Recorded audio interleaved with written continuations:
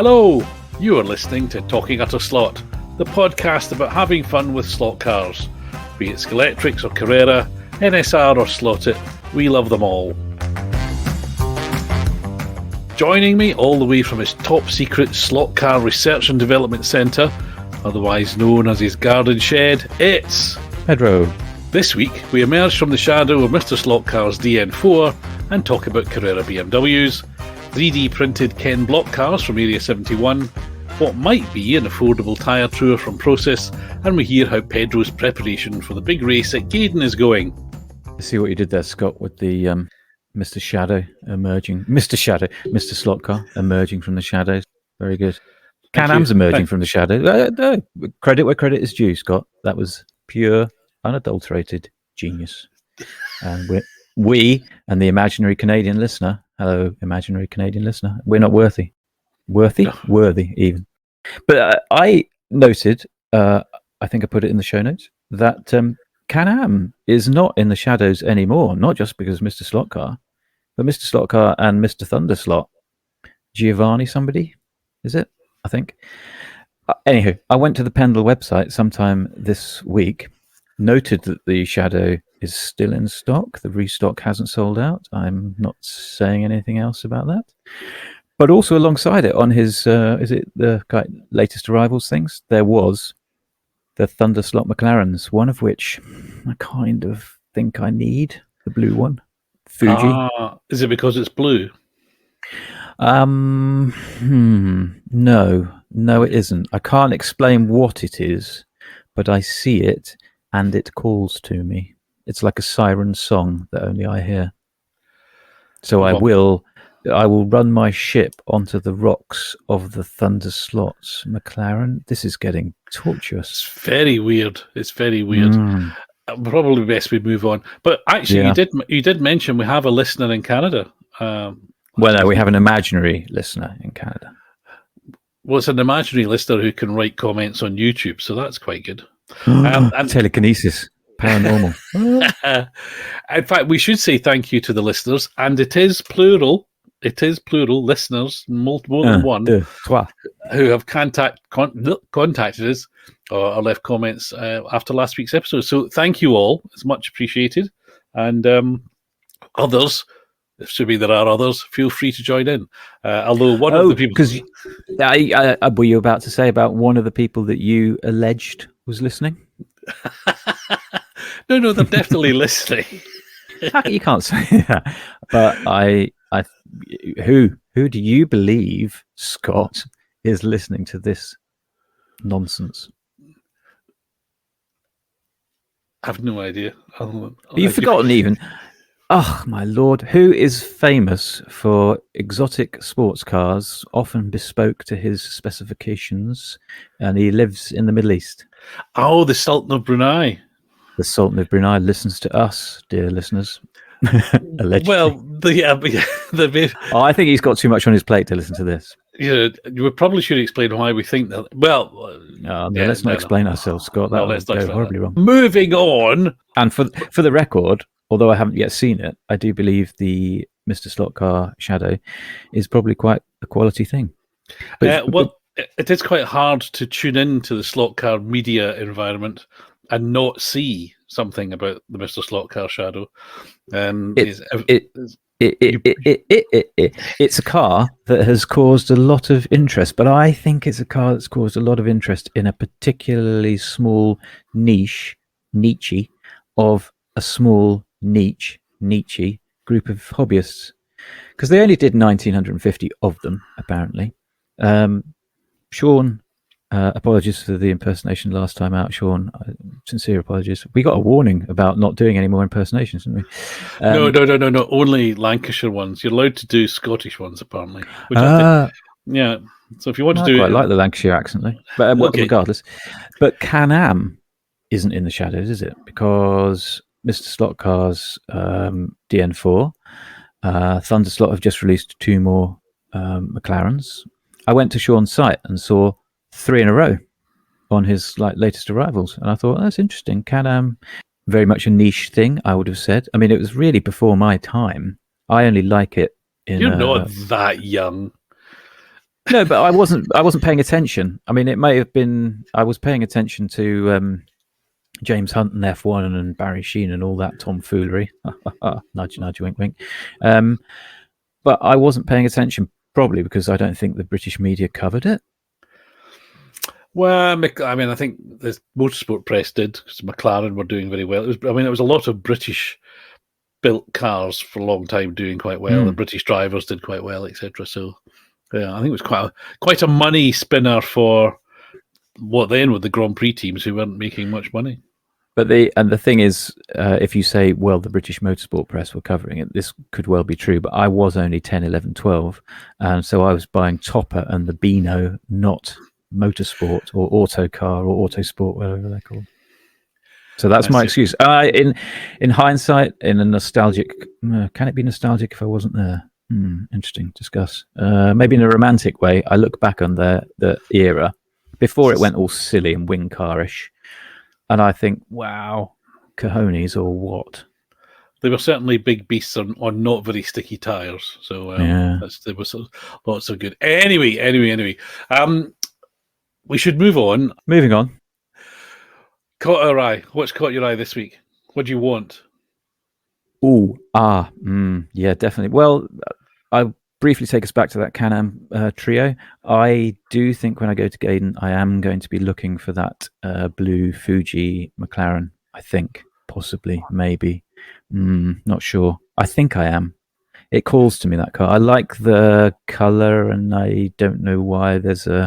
Like I say, there's a romanticism for me with Can-Am, and I like it, and I think I might get one. But the thing that really caught my eye was, I think I went to one of Sean's pages of soon-to-be-released, what is it called, pre-order pages, and I looked at what Slotted are doing, and there's a good old tranche of decent-looking things coming from them, including the Old Spice Calibra. I don't know if it was a Yerst run thing or what, but I really like that livery. And said livery. That's two. That'll get a YouTube comment. I said it twice. Oh my god, livery. What are we paying out on this week? Don't say. Don't say. I will dig it out because I should have done this beforehand, and I'll take a picture so you can put it on the YouTube. I once did a conversion of a Ninko Calibra into that livery with, I think it was Run-DMC decals. Little known fact that Run-DMC, not only did they produce a lot of rap songs, but they also produced a series of decals. That is strange. But then, it's not. You've got Pete Waterman, famous for all of those hits. He's into trains. This is true. Alice Cooper likes golf. Rod Stewart, he's into trains. I don't think we've got, we could do with a celebrity music industry person who's into slot cars. Well, hang on. No, come on. Your lot, Slot Mods, didn't they do? Lordy. They did a track for Zach Brown. I don't think he's exactly royalty, is he? I don't think he sings terribly well. I mean, I don't think he claims to be fair, but I don't think he's a music industry star. Sorry, I missed that it was the requirement was a music industry star. Anyway, good. Getting back to your Can-Am and Slottits sort of thing. There's a lot of nice Slottits coming, and I am poised to pre-order that Calibra because we did DTMs last night at Oxford, and they're just a deep joy. I love the DTMs; they run really, really well. And obviously, shall I mention it or will you? No, you mention it. I'll mention it. I got a podium. Which was there? Was it second or third? Because obviously you didn't win because you'd have said you won. So no. Second or third? You get a podium. It's a podium. That's the thing. It's a podium. Where on the podium? No, you finished. No. I earned it, and I earned a podium. It was third. All right. Okay, it's like it's like my pet hate with football commentators who say that somebody's going to, they've netted the ball. No, they've scored a goal. They haven't netted the ball. But if we're going to start on commentators, the thing that really gets my goat, and I was listening to a podcast earlier. We'll get back to slot cars in a minute. No, I think we should just be. There's more than one thing gets your goat. But anyway, Okay, there's two. They were talking about, was it Perez being a street circuit specialist? And I get so riled. These are the top drivers in the world. They're specialists at driving cars, not necessarily at driving one particular. They're just good at driving, full stop. I don't think they hired Perez because he's just good at street circuits. They hired him because he's good at all sorts of circuits, and he beat Max Verstappen. Well, I don't watch modern Formula One, as you know, so I don't really know what you're talking about. But well, Sterling Moss lost his seat, and Max Verstappen has taken it. Well, I would venture to suggest that modern Formula One car drivers are very good at driving modern Formula One cars, but they're not necessarily very good at driving in general, because you don't. I mean, I know they don't do it very much these days, sadly, but you don't see them kind of emerging into other series and sort of suddenly being head and shoulders above everybody else. And are we suddenly dragged inexorably back to Can-Am and Mr. Surtees? Did he win a championship? Oh, am I getting that wrong? Did he win a championship? Well, famously on 2 wheels and 4. I don't know if he won Can-Am or not, but he certainly won the World Championship. They won World Championship on bikes. Not really. He was, but again, I think the old school guys were very good. I mean, it was less of an engineering exercise, isn't it? Modern drivers are executing an engineering plan. One of the interesting things will be to see how Jensen does at Le Mans with his NASCAR. Yeah. Well, it amuses me. It's going to be great. It is. There's so many highlights about Le Mans this year. I'm really looking forward to it. I mean, I watched all 6 hours of the race from Spa last Saturday. Loved it. Great. Bit of rain at the start. People fly fantastic. And the supposed best drivers in the world couldn't even handle driving around on wet in slightly damp conditions without speeding off. But and then 24-hour Le Mans is in 4 weeks' time. And so I'm already starting my preparations, which means watching old races on DVD and on YouTube, and leafing through old books and looking at pictures and probably stroking the odd model. Anyway, speaking of and stroking, I had different images then. You would, but Derek briefly. One of the other things which has caught my eye, and I'm delighted about, is the Carrera there's a physical example popped up on Instagram, I think, of the Michael Fassbender driven Proton competition, Matt Green 911 that he crashed a lot whilst he was learning to drive, and drove at Le Mans last year, I think, was the race he took part in. I'm guessing he's not racing this year because I haven't seen him in any of the support races or the build-up races. I thought he was supposed to be. Well, maybe, but I thought he was supposed to be. Anyway, that car looks fat. Even before I knew Michael Fassbender was in it, I thought it looked great when I saw that car at the race. And so I'm delighted that they're doing a model of it. I've already got a couple of Carrera 911 RSRs. Usual thing, quite heavy, not very grippy, not the fastest cars, but they're lovely. So I'll happily add another one. You will. I won't. Even though I loved that series, even though Michael Fassbender is he's on my list. Should I turn? I think he's a great bloke. I love him to bits, actually, because I think he's such a dude. He's a bit ugly, obviously, and he's a bit out of condition, but he's all right. And they taught him to drive a car. So I've waxed lyrical about this before. I think a brilliant series of programs on YouTube. Catch them, they're brilliant. I've said brilliant so many times that I think that also is brilliant. But I won't be buying one of those cars because I've got increasingly disappointed with my M1, and it's. So I gave it a run on. I tried to give it a run last night. It went about 5 foot down the track and then stopped dead, and actually stopped with the rear wheels up in the air at like 25 degrees, 30 degrees. A stoppie? You did a complete stoppie.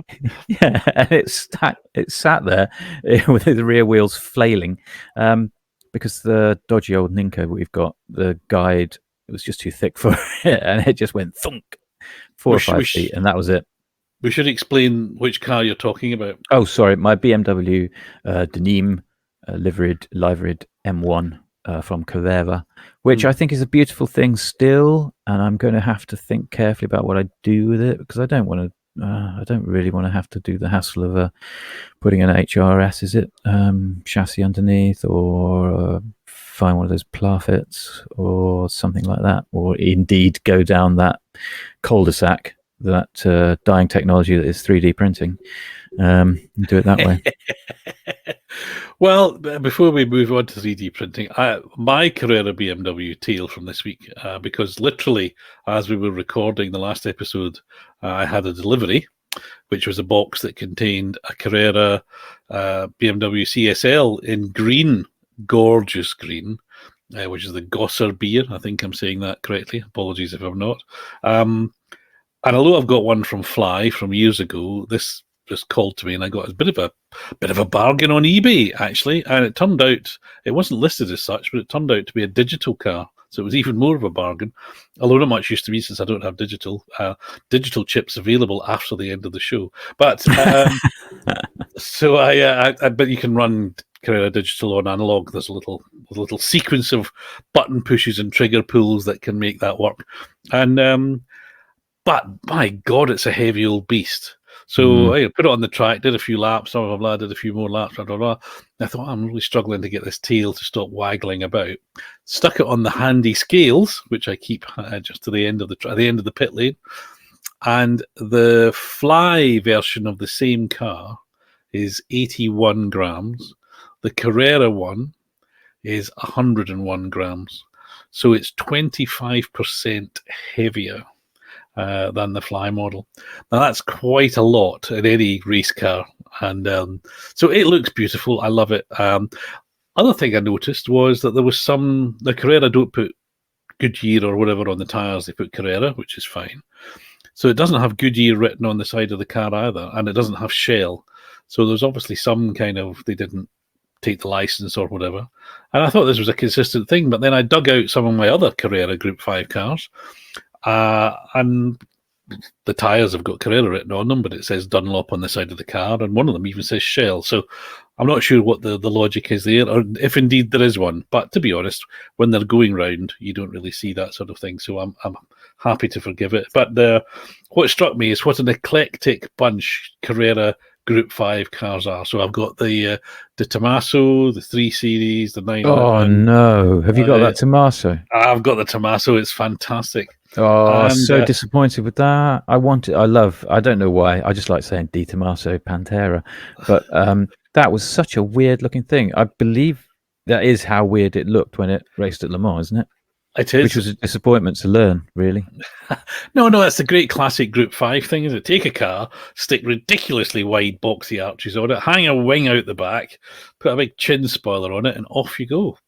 I agree with the principle, but I think the execution there was disappointing. Well, they're consistent. Anyway, but so we've had a bit of a Carrera BMW, so maybe a regular feature, Carrera BMWs, we buy some other ones. But you mentioned one possible solution for your M1 was to go 3D printed chassis. And the other thing which certainly caught my eye this week was the pictures, or more pictures, of the Area 71 3D printed Ken Block models that they're doing. Not you. No. Is it just that the cars are not your thing, or is it because they're 3D printed, or is it both? Actually, I think it's a holy trinity. Never got the Ken Block thing. Rest in peace. Never understood quite why he was such a hero. Don't like the cars. Nonsense. Don't like 3D printing. Boom, okay. Boom. Definitely not. So you definitely won't be buying one of them. I believe Area 71 do it quite well, but why would you want one of those? We're back to kind of road cars, aren't we? They're a form. What are they? They're like dragstery. I don't know what they are, but they're not race cars, and for that, I'm out. Well, they're famous. They're famous cars, and so I think they're doing. Without checking the website, I think they're doing 4 or 5 of his cars, which were all much modified from sort of standard I think he started off with kind of pretty standard rally cars, didn't he? But then they got more and more extreme. So I think I think they're interesting cars. They've got obviously a big high profile. Probably not famous enough to make 5,000 of them, but I think judging by the CAD images, I think it's CAD images that they're showing of the complexity of the models that Area 71 are going to be offering. They are kind of plastic kit level detail in terms of engines, but they look good. And do you just buy a shell from them? Is it just shells, and then you're left to your own devices to put something underneath it? I'm afraid I don't know. I didn't. I looked at the pretty pictures. Excellent. I didn't read any of the words. But lead the blind on a podcast. Well, that's it. Well, maybe somebody from Area 71 can get in touch. No. Not after I've. Not after you've done it. Well, we famously we think 3D printing is a fad that's already over. It's dying. Honest, it's last legs. Clearly not. I would say when we chatted before we started recording, because we actually try and do this professionally, or at least have a vague idea of what we're going to talk about, but then inevitably I go off on one. To be fair, I think we hide it well, though. I think it's totally covered. I've been a fool there and highlighted it, haven't I? That we go off on that. You've looked behind the curtain. Yeah. I did say that I think Kenneth was lauded by many for sort of not defining YouTube, but certainly having a big influence on how cars are shown on YouTube, and showed that content like what he put out, i.e. An Idiot Does Donuts, I'm oversimplifying a lot, awful lot, that there was a market for that, and that I think he is credited with being good for motorsports and that kind of stuff. I'm trying to say good things, but I'm struggling clearly. It's just not your thing, that's all right. No, it's not my thing at all. I don't get it, but that's fine. I did watch a video once where I believe he put his 13-year-old daughter in some mad device that pumped out insane power outputs, and just said, "There you go, dear, off you go down this runway," and off she went until it broke. So she had cojones. That's probably not quite biologically correct. It was obviously in the DNA, wasn't it? Do you know how we haven't got a lawyer? So no. Anyway, metaphorical cojones, not actually. Yeah. Right. That's a bit Stop like an digging. imaginary. Let's move on. Like an imaginary Canadian. The other thing, before we move too far on, I think it's 3D printed. Again, if you're looking for details and facts, other slot car media is available. But there was interesting on Pendle. There was this tire truer from a brand I think called Process, which was new to me. Which looks relatively affordable. I mean, tire truers can be. I haven't got one because they're very expensive. This one is it's less than an MR slot car Shadow, so that's suddenly that's cheap. About 65, 70 quid. It looks so it's 3D printed, I guess, because again, it looks like CAD images that they've used to show it. But a relatively simple sort of setup. You put your car on it. You just put the car on and run that. Now, that looks sensible to me because I don't like stripping my cars and doing all sorts of unnecessary things. I know that's something you love doing. We'll come on to that in a minute. But tire truers, have you got a tire truer? And do you think it's worth having? I have got a tire truer. I do think it's worth having. I don't think that thing is worth having at all. You've got to use your own car as the truing mechanism. So it's the transmission, it's the gears, it's the motor that you put under a little bit of stress as you true your tires. And for 60 odd quid, do you get a power supply? Or is it just what looks like a piece of plastic with a hole for the slot and a place for some sandpaper? Okay, I don't know. I mean, it'll do the job, and like you point out, it is considerably cheaper than other things. I've got a tire razor, and I find it pretty damned good. But as I said to you, I do keep nicking myself on some of the sharp metal edges. All right, I'm incompetent. So a nicely 3D printed one would be... would have softer edges. Would have softer edges. Yeah, I mean, I'm just very quickly reading down the thing. To be fair, it doesn't say that it's 3D printed. I'm making that assumption. I can't imagine it's injection molded, though. So no, I would be out on the simple grounds that you're using your car as the as the motive, as the spinny thing. Why is that such a problem? Well, I don't know, but it just seems wrong. Well, you're going to put your car under a bit of more load than it probably would normally have, a little bit of wear and tear on it, whereas if you've got a separate truer, then it's doing it for you. You're also relying upon the hubs that you've got being pretty round in the first place, and if they're not, then you're making life hard for yourself. I don't know. I just thought, no. It's not for you. It's the 3D industry. We don't know if it's 3D, but it looks like the 3D industry trying to make another 3D product for something that doesn't actually need to be 3D printed. Okay, all right. So not weak argument. I accept. Okay, I thought given the anytime I've looked at other ones which have been sort of metal and all that, so they were in the hundreds of pounds, so this looked much more affordable. So interesting. I believe I'm not 100% sure, but I think I paid about 120 odd for mine second hand. Yeah, second hand. Wow. And it cuts me every now and then when I use it. It's a fiddly darned thing as well, because you have to, each time you put an axle on, you have to kind of hook the rubber band around the drive shafty thing, and it's all a bit fiddly, which is my excuse for why I keep like going, ooh, cut myself. I don't cut myself. I just nick myself, and it's annoying. So what you're saying is having a tire truer that you just leave the axle in the car and just put it on would be so much easier. But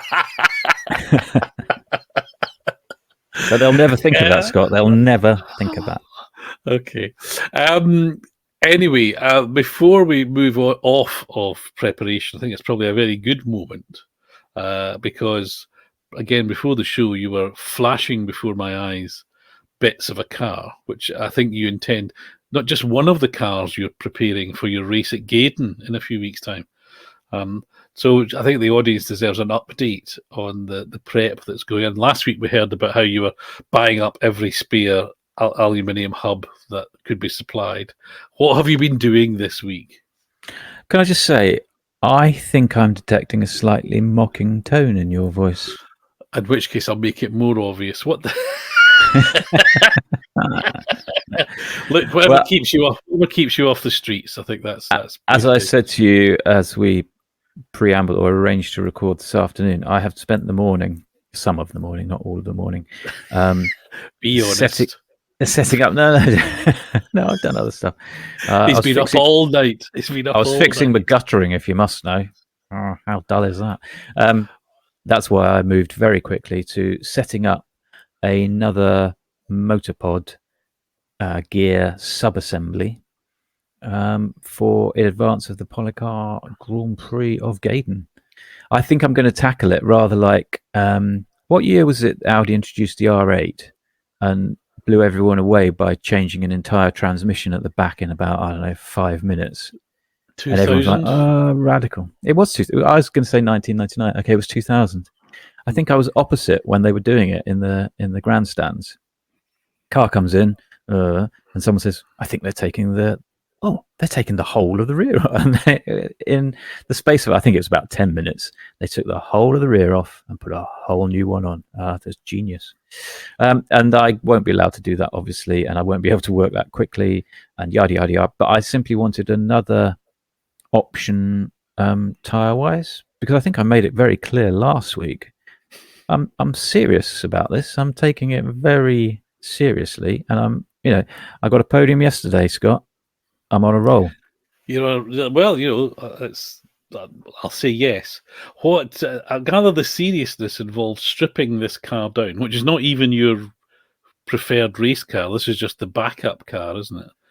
Well, I've got to decide there, because I did run briefly, I did a few laps on the 72 last night, having done a similar thing as I did this morning, stripping it down, lubing, and just cleaning and getting all the fluff and crap that was in there. I've never understand how slot cars manage to vacuum up quite so much crud. That's another thing entirely. But I cleaned up the Lotus 72 and I found some issues with it. And so I fixed it up and ran it yesterday. And it never has been particularly good, but I swear yesterday it was pretty nippy. So I'm now on the horns for dilemma whether I will end up running that or the Ferrari. I will take both. If I'm allowed to sort of run them both before they have to go into scrutineering, then I'll make a decision on the day. I was also thinking, since I've never run on Polycar, potentially next week descending on you. Oh, obviously to say hello, but also to try my cars out on your track. I mean, if you're not there, it's not a problem. I'll let myself in through a window. I'll leave the key. Yeah. Fortunately, I was just about to say, are you going to test it on Polycar track? In which case, I'm going to suggest you come down and have a go. Well, I've got to come and get my Renault out of the garage because I've got to get that into an auction. And so I might on the way, I'll have to sort of work out. I'm not convinced that the Renault actually has a valid MOT at the moment. But if I do, I'll let you know. Cool. I'll look forward to that. Means I have to tidy up. My God. Oh, no, don't do that. Don't do that. Jeez. No, I really do have to tidy up. Oh. But the upside of tidying up is I'll probably find things that I've long since lost. I mean, it's one of, as I mentioned before, one of the joys of my slot shed is I go in there and I pull out, I look for something and I pull a crate out or a box out and I go, oh, look. For example, last week there was a polythene bag, navy blue, with Cosworth written on it. Now, I used to work at Cosworth. That was in 1995, 96. So getting on for 30 years ago. Scott, you haven't done this in a long time. Who did you work with at Cosworth? Oh, anyone lots. You can drop the name off. Who do you want me to mention? Who would you like me to mention? René. No, he wasn't. He wasn't. He'd long since retired by that point. No, anyway, he's a sweet little fellow, René. If you ever bump into him, he is quite enthusiastic. Oh, yeah. I've bumped into him twice, ironically, in Goodwood things, and on both occasions, I've slightly been like, "Oh, you're René," and he's been just such a cheery little chap. Oh, that's lovely. I was a fan of his when he was racing. I think it was that kind of the head forward, like he was trying to just push the car that little bit faster. So I was always a bit of a fan of his. Anyway, the point being, this Cosworth polythene bag, which must be at least 28 years old, in it was stuffed some old plastic Scalextric controllers to the tune of probably 6 or 7, body shells for Escort Cosworths and Sierra Cosworths, a hay bale, a piece of fencing, a barrel, and a couple of other bits and pieces. And it was singular barrels, singular hay bale. Yeah. So, I mean, obviously at some point at Cosworth, we used to get sent models by way of payment for the licensing. So Scalextrics would deliver box loads of Escort Cosworths, etc. And obviously some of these found their way home with me. Did they now? But for some reason, I stripped them and sort of the bodies, engines, motors. I don't know what I thought I was doing, and I really had kind of forgotten I did it. Anyway, so this bag is full of bodies. So I'm the upside is I'm assuming at some point in the future I'll find another box or bag which will be full of motors and wheels and things, so I might be able to rebuild. You can marry them up. So yeah, that's. Might be cringe. Anyway, hang on. I'm curious. When you say you'd get as payment, do you mean like a pallet's worth of 100 Cossies would appear, or just 2 or 3? So instead of, I mean, I don't know what the numbers were, or I can't remember, I should say. So say there was a fee, a license fee for them using, making a model of the car because they used Cosworth in the description. Instead of getting that as money, we would have product delivered, and then that product would be given out to people sort of people who wrote in or whatever. So yeah, I used to, part of my job way back then was sending people slot cars as a thank you for writing in. Famously, in my Austin Rover days, I had on my desk 20 boxes of 6R4 models, 10 computer vision, and 10 yellow and blue Ternco ones, which were from the dreadful TV series, which are terrible TV series, but the 6R4 featured in it. And at the time, I thought... Sorry, what TV series? There was a TV series made, a drama, which featured a young chap who owned a garage going rally driving, and he went rally driving in a 6R4. And what was it called? 6R4. I'm going to forget now. It's a long time ago. It's early 80s. Okay. I'll find it. And it's the car was liveried up for the filming in this fictitious oil company in blue and yellow. And Electric made models of them. So what did I do? I happily gave away all the yellow and blue Ternco ones to anybody who wrote in, and I kept some of the computer vision ones. And which ones are worth a bloody fortune? I'm guessing the ones you gave away. Of course. Other investment advice from Scott Brownlee: don't take it. There's another podcast there. We must start it immediately. No. Investment advice. But before we go on this one, we've discovered a bit of a mystery. We think it's a case for Inspector Slot Car, don't we? I've forgotten what we're talking about. Not for the first time. Old men talking about slot cars. There we go. It's 40 minutes in that we may forget what we were going to talk about. You found something which involved Pioneer cars, and you sent me a link saying, look at these. You said I bet I didn't say... That, yeah, I was going to say. You said a bit more than that.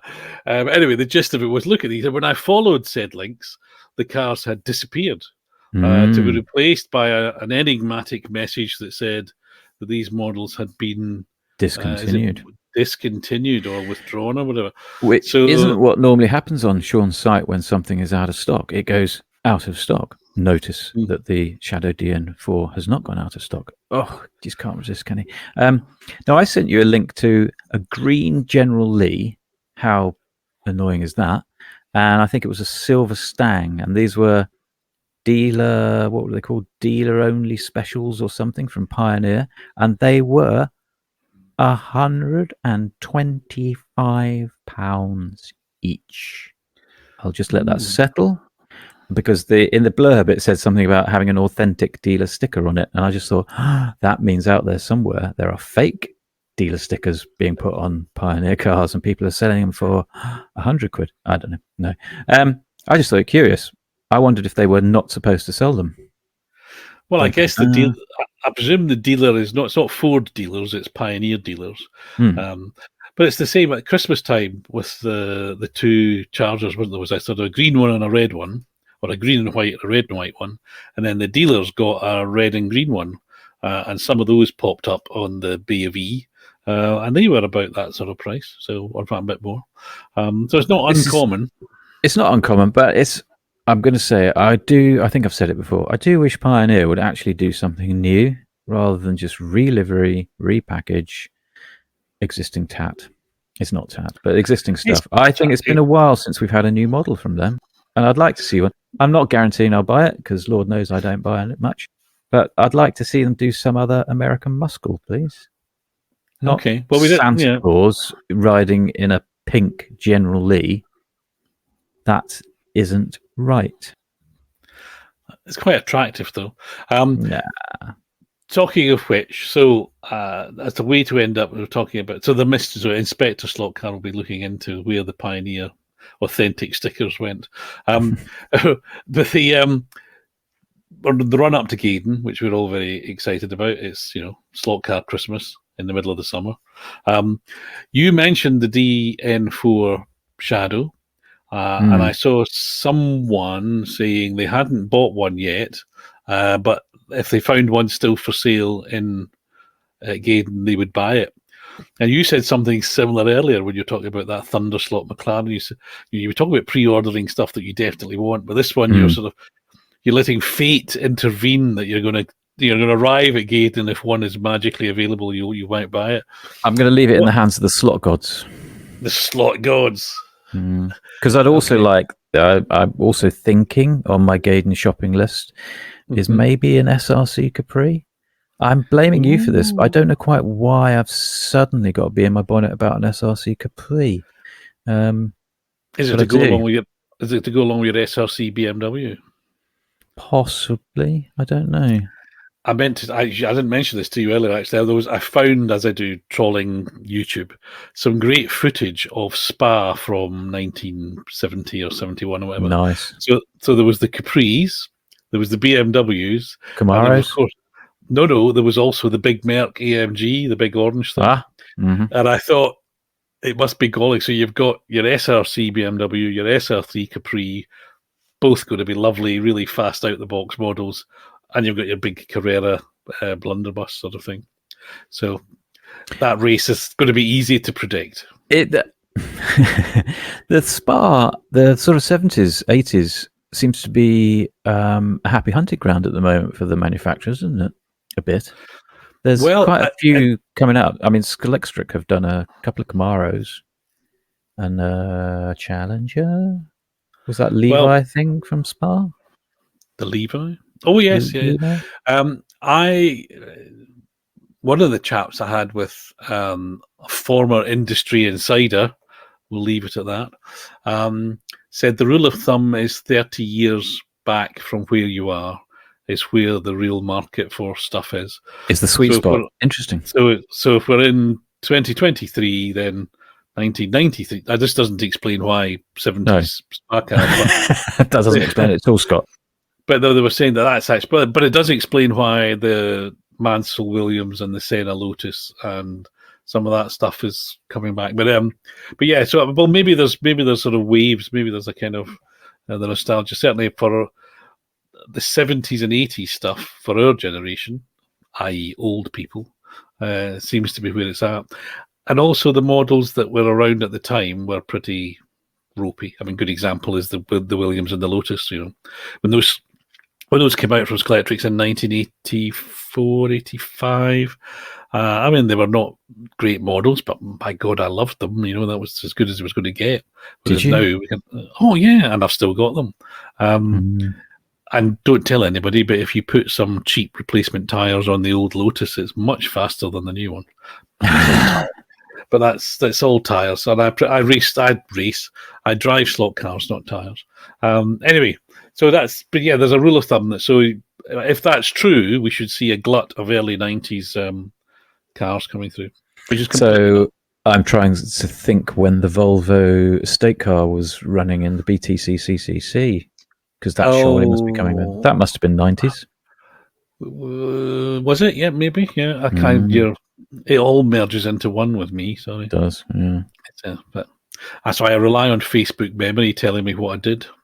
I don't do Facebook. Probably just as well, to be honest. Anyway, shall we wrap it up there? Let's wrap it up. Put some string on it, put a bow on it, and send it. Send it out. Okay. Anyway, thank you for listening. And I guess it's always just. What was that? Was that you saying time to say goodbye? It's time to say goodbye, Scott. It was me trying to say something semi-professionally and got it all wrong. Thank you for listening. Hope you've enjoyed it. Promise that we'll take our tablets sooner before the next one so we can remember what we're meant to be talking about. And I'll hand you back to Pedro to say goodbye. Goodbye. See you soon.